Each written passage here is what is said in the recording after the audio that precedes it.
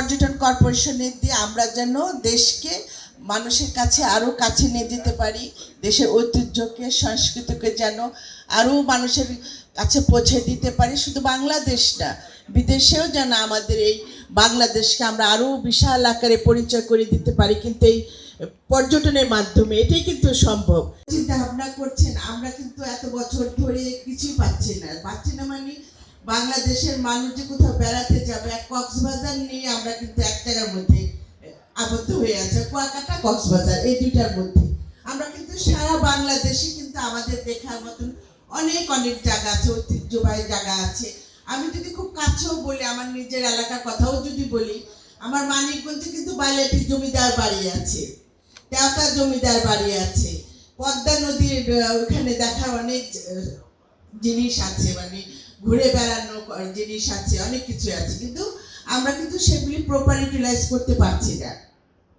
সেরকম বাংলাদেশের প্রত্যেকটা জায়গা, যেখানে কুলাউড়ার ওখানে যারা আছে তারা বলছে আপা কি করতেছে, নীলফামারীতে যারা আছে তারাও বলছে যে কি আমরা এখানে একটা কিছু করে দেন আমাদের। তো সব জায়গায় সারা বাংলাদেশেই কিন্তু মানুষ চাচ্ছে যে দেশটা একটু সুন্দরভাবে তৈরি হোক। সারা বাংলাদেশ থেকে প্রত্যেকটা জেলা থেকে মানুষ যেতে চাচ্ছে তার দেশকে দেখার জন্য, দেশকে বোঝার জন্য। আমি আপনাদের সকলের প্রতি অনুরোধ রাখবো, আপনারা আমাকে সহযোগিতা করুন। কারণ একটা কাজ করতে গেলে, ভালো কাজ করতে গেলে সবার সহযোগিতা লাগবে। একা কিন্তু মন্ত্রীর পক্ষে কিছু করা সম্ভব না যদি আপনাদের সহযোগিতা না থাকে।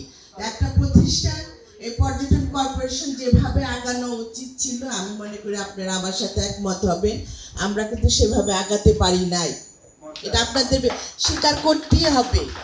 আমরা চাই এই পর্যটন কর্পোরেশনের দিয়ে আমরা যেন দেশকে মানুষের কাছে আরও কাছে নিয়ে যেতে পারি, দেশের ঐতিহ্যকে সংস্কৃতিকে যেন আরও মানুষের কাছে পৌঁছে দিতে পারি। শুধু বাংলাদেশ না, বিদেশেও যেন আমাদের এই বাংলাদেশকে আমরা আরও বিশাল আকারে পরিচয় করে দিতে পারি। কিন্তু এই পর্যটনের মাধ্যমে এটাই কিন্তু সম্ভব।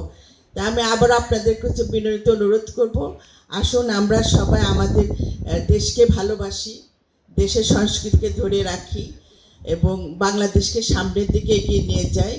আপনারা জানেন আমাদের মাননীয় প্রধানমন্ত্রী তার ইশতেহারে কিন্তু এই পর্যটনের ব্যাপারেও কিন্তু লেখা আছে।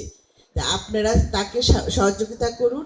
আমরা সবাই মিলে এই পর্যটন কর্পোরেশনকে এমন একটা জায়গায় নিয়ে যেতে চাই যেন আমি চলে গেলেও যেন সবাই যেন পরবর্তী সেই কাজটা আরও সামনের দিকে এগিয়ে নিয়ে যেতে পারে। আপনাদের সবাইকে অনেক অনেক ধন্যবাদ। আপনারা আমাকে এখানে আমন্ত্রিত করে আমাকে আনন্দ যে দিয়েছেন, আপনাদের সাথে কথা বলার সুযোগ করে দিয়েছেন, সেজন্য আমি আপনাদের প্রতি কৃতজ্ঞতা জানাচ্ছি। ধন্যবাদ সকলকে। আসুন আমরা এই শুভ দিনে, শুভ নববর্ষে সবাই একত্র হয়ে দেশের জন্য কাজ করি।